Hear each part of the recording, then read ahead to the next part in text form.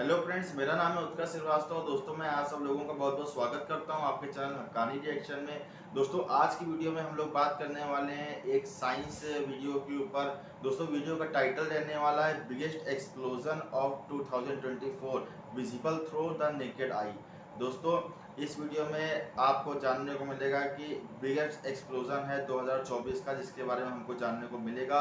दोस्तों, वीडियो का original link आपको डिस्क्रिप्शन चैनल में मिल जाएगा, जाइएगा वहाँ, ज़रूर देखिएगा वीडियो। तब तक के लिए वीडियो हम लोग यहाँ शुरू करते हैं और उस पर अपना रिएक्शन देते हैं बिना किसी भी देरी के।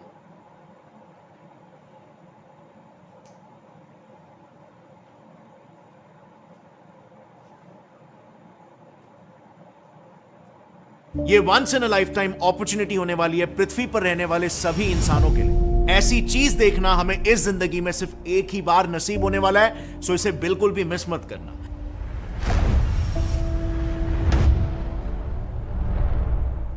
अब से कुछ ही महीनों में रात के आसमान में एक तारा हमारी आंखों के सामने फटने वाला है और उसे आप इंडिया में रहकर ही बिना टेलीस्कोप के भी देख पाओगे। इंडिया में आप चाहे कहीं पर भी रहते हो, आपको उत्तर यानी कि नॉर्थ की दिशा में इस पैटर्न को ढूंढना है। इसे कहते हैं नॉर्दर्न क्राउन। अब इसमें ये जो स्पॉट देख रहे हो ना, यहां पर अभी तो कुछ भी नहीं दिख रहा है, लेकिन नासा के साइंटिस्टों के हिसाब से इसी साल बहुत ही जल्द यहां पर अचानक से एक बड़ा धमाका होने वाला है, जो बिना टेलीस्कोप के भी दिखाई देगा हमारी नॉर्मल आंखों से।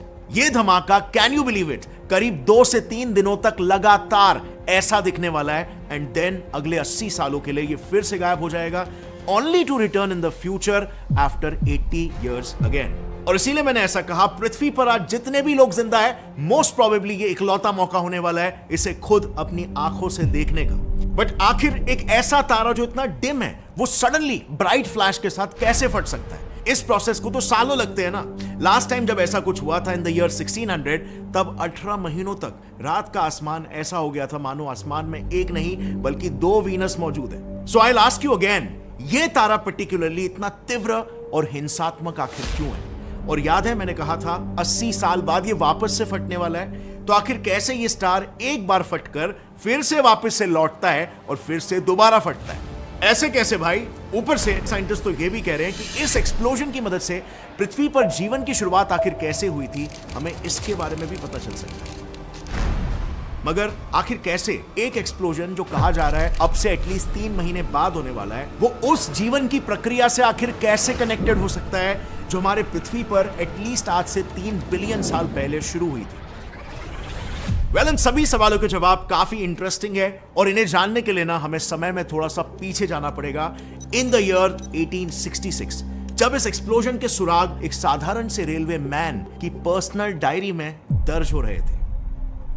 दरअसल साल 1866 में एक रेलवे मैन था विद द नेम ऑफ एलेक्से कैमनचुक, जो रोज रात घर जाते समय आसमान में तारे देखा करता था। उसको एस्ट्रोनॉमी में इतनी रुचि थी कि उसे हर एक स्टार, हर एक कॉन्स्टेलेशन की एग्जैक्ट लोकेशन पिन पॉइंट पता थी। ऐसे ही एक रात जब वो घर जा रहा था और रोज की तरह तारों को देख रहा था, तब उसे आसमान में एक विचित्र सी चीज नजर आती है। उसे नॉर्दर्न क्राउन कहे जाने वाले कोरोने बोरियालिस कॉन्स्टेलेशन में अचानक से एक नया तारा नजर आया, एक ऐसा तारा जो कल तक वहां पर था ही नहीं। And you know what's even more weird, वो सितारा हमारे ध्रुव तारे जितना ब्राइट 2 से 3 दिनों के लिए रहा और फिर से गायब हो गया। अब एलेक्से ठहरा तो एक साधारण सा रेलवे मैन, वो चाहता तो इस नए तारे को आसानी से नजरअंदाज कर सकता था, पर उसने ऐसा नहीं किया। उसने अपने आप से एक सिंपल सा सवाल पूछा कि किसी स्टार को बनने में आखिर कितना वक्त लगता है?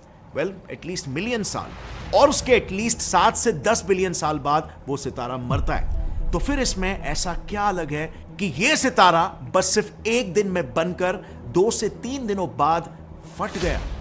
इसी थॉट ने एलेक्से को अंदर से खाना शुरू कर दिया and it got the best out of his curiosity. और इसीलिए उसने अपने होम टेलीस्कोप से उस दिशा में उस गुम हुए तारे के क्लूज को ढूंढना शुरू कर दिया कि अगर वो फटा भी होगा तो फटने के बाद अपने पीछे कुछ तो निशान उसने छोड़े होंगे। और इसी सोच के साथ टेलीस्कोप की मदद से इस बार वो नाइट स्काई में उस स्टार के रिमेन्स को ढूंढने लगा। और तब उसे पता चला, स्टार के रिमेन्स तो क्या, अक्खा का अक्खा स्टार वहीं पर मौजूद था। बस सिर्फ वो नॉर्मल इंसानी आंखों से नहीं दिखाई दे रहा था, बट टेलीस्कोप की मदद से वो दिखाई दे रहा था। अब इस चीज ने एलेक्से को और भी ज्यादा क्यूरियस बना दिया। उस दिन से वो हर रात उस स्टार को अपने टेलीस्कोप से देखकर उसकी ब्राइटनेस को रिकॉर्ड करने लगा। ऐसे ही उसने अपनी पूरी जिंदगी गुजार दी just chasing after the behaviour of one particular star and then one fine day इतिहास ने अपने आप को फिर से दोहराया। 1946 में वो स्टार बिल्कुल उसी तरह फिर से चमक उठा जैसे एलेक्से ने 1866 में रिकॉर्ड किया था और एग्जैक्टली पिछली बार की ही तरह 2 से 3 दिनों में फिर से वो गायब हो गए। एंड नाउ कट टू 2016, उसी जगह पर उसी कॉन्स्टिलेशन में फिर एक बार वैसे ही कुछ पैटर्न्स नजर आए। सो 2016 में क्या हुआ? वेल 2016 में जब कुछ एस्ट्रोनॉमर्स टेलीस्कोप से नॉर्दर्न हेमिस्फीयर को ऑब्जर्व कर रहे थे तब उन्हें फिर से उसी सेम लोकेशन पर एक ऐसा तारा नजर आया जो काफी अजीब तरीके से बिहेव कर रहा था। उन्होंने देखा कि वो किसी साधारण सितारे की तरह डिम ब्राइट ये पैटर्न तो दिखाई रहा था, लेकिन with in a matter of 4 to 5 years, जो बाय द वे एक स्टार की लाइफ साइकिल के लिए एक्सट्रीमली छोटा लाइफ स्पैन है, उसमें इसकी ब्राइटनेस ड्रास्टिकली ड्रॉप होती जा रही थी। एंड फन फैक्ट, अगेन इसे भी सिर्फ टेलीस्कोप से ही देखा जा सकता था। सो ऑब्वियसली इसे भी उन्होंने समय में बैक ट्रेस करना शुरू कर दिया और तभी उन्हें पता चला कि इस पर ऑलरेडी 1866 से 1946 में एलेक्से नाम के एक रेलवे मैन ने डिटेल में स्टडी करके रखी थी और इसीलिए इन एस्ट्रोनॉमर्स ने एलेक्से के डेटा को स्टडी करना शुरू कर दिया। सो कितना अच्छा हो गया, एलेक्से का डेटा यहां पर काम आ गया और इस डेटा से उन्हें उम्मीद थी कि कोई ना कोई उन्हें क्लू जरूर मिलेगा। पता चला कि 1866 से 1946 के बीच जो कोई भी घटना हुई थी वो सेम टू सेम घटनाएं एज इट इज 1946 से 2024 के बीच भी घट रही है।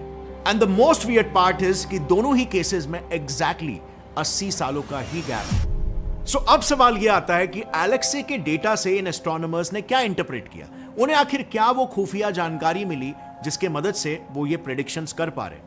सो असल में इन एस्ट्रोनॉमर्स ने क्या किया, 1866 से 1946 के बीच एलेक्से ने जो भी डेटा नोट किया था उसकी मदद से एक ब्राइटनेस का ग्राफ बनाया और फिर उसे खुद रिकॉर्ड किए ग्राफ के साथ मैच कराया। अब इसमें ये जो ग्रे लाइन है ना, वो 1866 से 1946 तक का डेटा है और ब्लू डॉट्स रीसेंट डेटा है।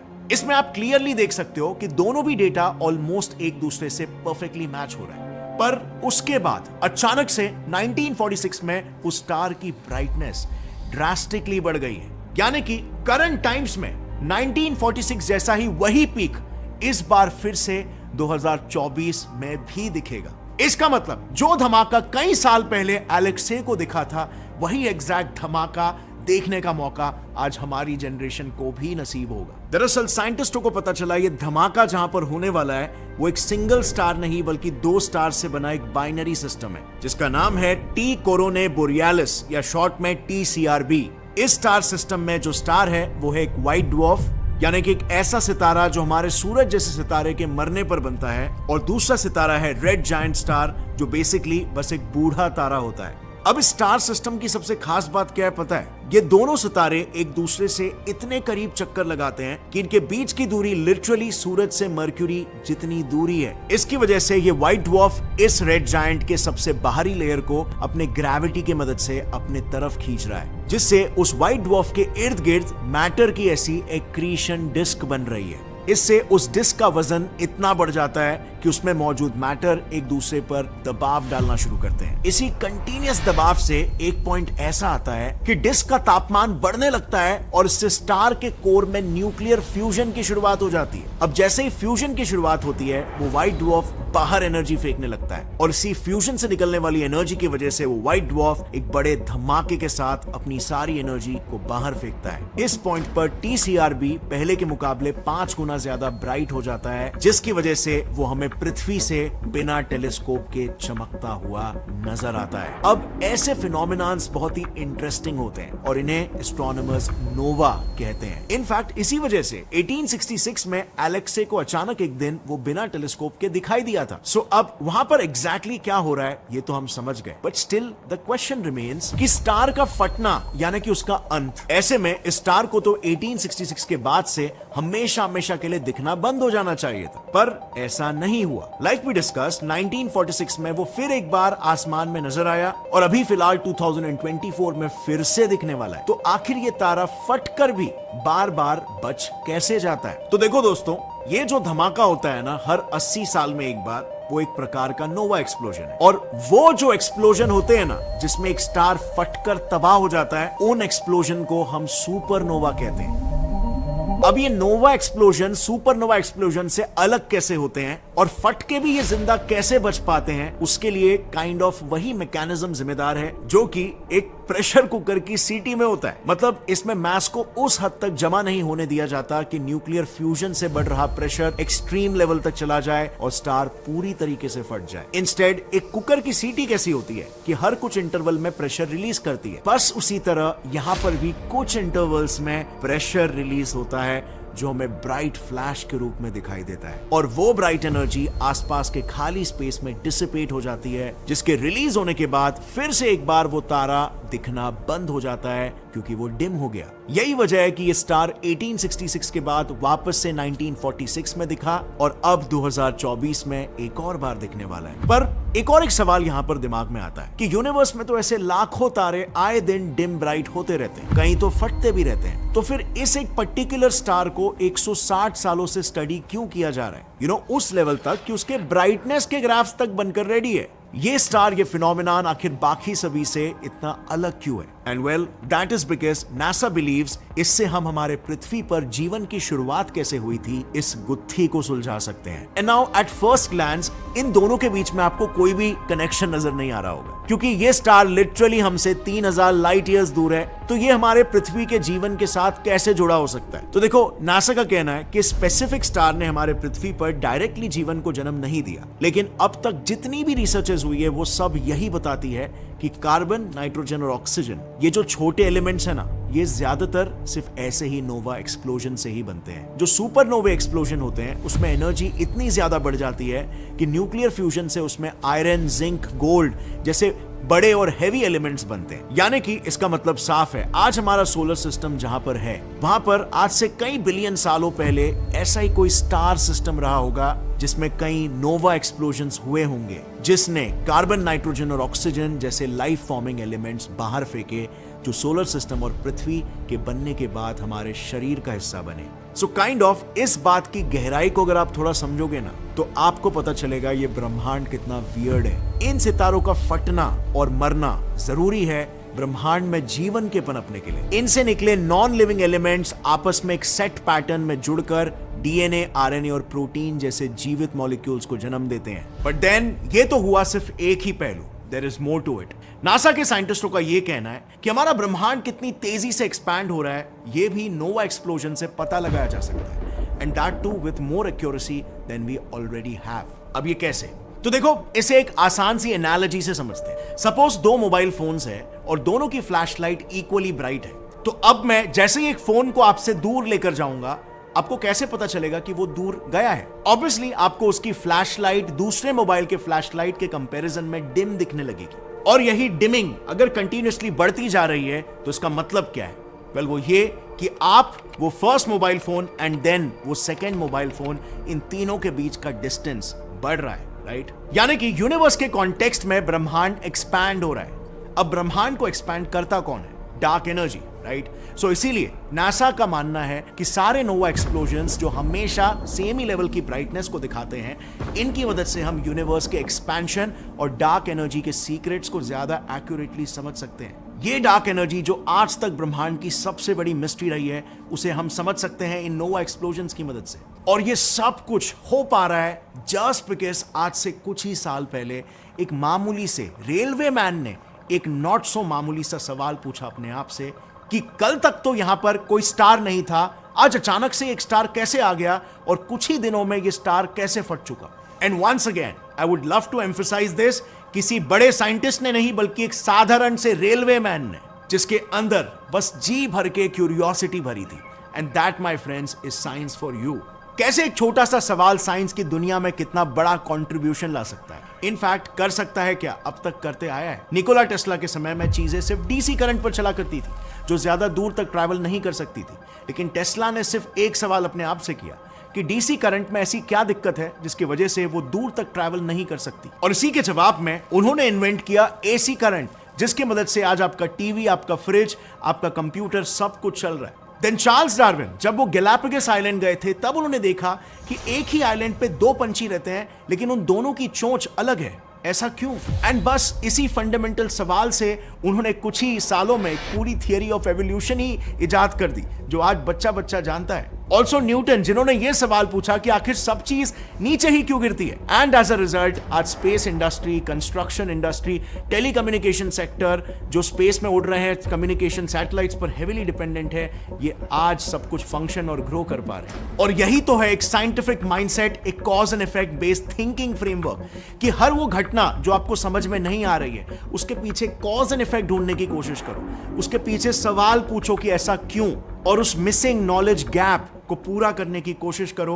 बिकॉज ट्रस्ट मी, ये माइंडसेट आपको इस दुनिया के बारे में एक इतना अच्छा पिक्चर दे देगा, एक इतना अच्छा फ्रेमवर्क दे देगा जो आपको अपनी लाइफ में काम आएगा, प्रॉब्लम सॉल्व करने में और क्रिएटिव थिंकिंग डेवलप करने में। लाइफ में किसी भी प्रॉब्लम को आपको बस आंखें बंद करके झेलने की जरूरत नहीं है, आपको सवाल उठाने की जरूरत है, आपको लॉजिक से क्वेश्चन करने की जरूरत है कि आखिर ऐसा क्यों। थोड़ा रिसर्च करके उसके पॉसिबल सॉल्यूशंस निकाल सकते हो और finally you would see that problem would get resolved. इसके पीछे कोई रॉकेट साइंस नहीं है, बल्कि एक सिंपल सा माइंडसेट है जो कि कॉज एंड इफेक्ट पे चलता है। एक ऐसा माइंडसेट जो कंट्रोल बाहरी दुनिया से आपके हाथों में लेकर आपको दे देता है। And at the same time in problems को सॉल्व करने में जो मजा आता है वो तो यार अनडिस्क्राइबेबल है।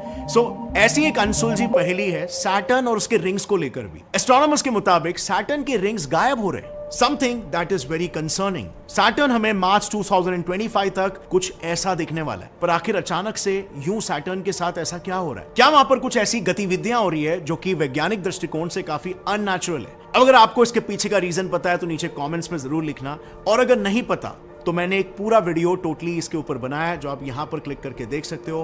काफी इंटरेस्टिंग है, सैटर्न के बारे में आपको काफी अननोन फैक्ट्स पता चलेंगे। Before living friends, let me remind you once again, सितंबर 2024 के उस रेयर इवेंट को बिल्कुल भी मिस मत करना। अगर आप उस इवेंट को देखते हो तो उसका एक फोटो खींच के मुझे इंस्टाग्राम पे टैग कर देना, गौरव जी ठाकुर आईडी है मेरा, और मैं आप सभी के फोटोज को स्टोरी में डाल दूंगा। सी यू नेक्स्ट टाइम, तब तक के लिए as always stay curious, keep learning and keep growing. जय हिंद। और फ्रेंड्स, हाँ जी फ्रेंड्स, वीडियो ख़त्म हो गई। दोस्तों वीडियो के बारे में काफ़ी इन्फॉर्मेटिव वीडियो थी, बहुत बढ़िया तरीके से बताया गया कि अब तो एक क्यूरोसिटी हो गई है मन में कि अब तो जानने के इस सितंबर महीने का इंतज़ार रहेगा और आसमान में कि कैसे वो पैटर्न बनेगा और क्या देखने में मिलेगा अपनी इन आँखों से कि नहीं देखने को मिलेगा। अगर देखने को मिलेगा तो फिर मज़ा ही आ जाएगा देखने में। बहुत बढ़िया अच्छी तरीके से समझाते हैं, एक एक चीज़ समझ में आती है दोस्तों। तो चलिए आपसे मिलते हैं नेक्स्ट वीडियो में, तब तक के लिए जय हिंद।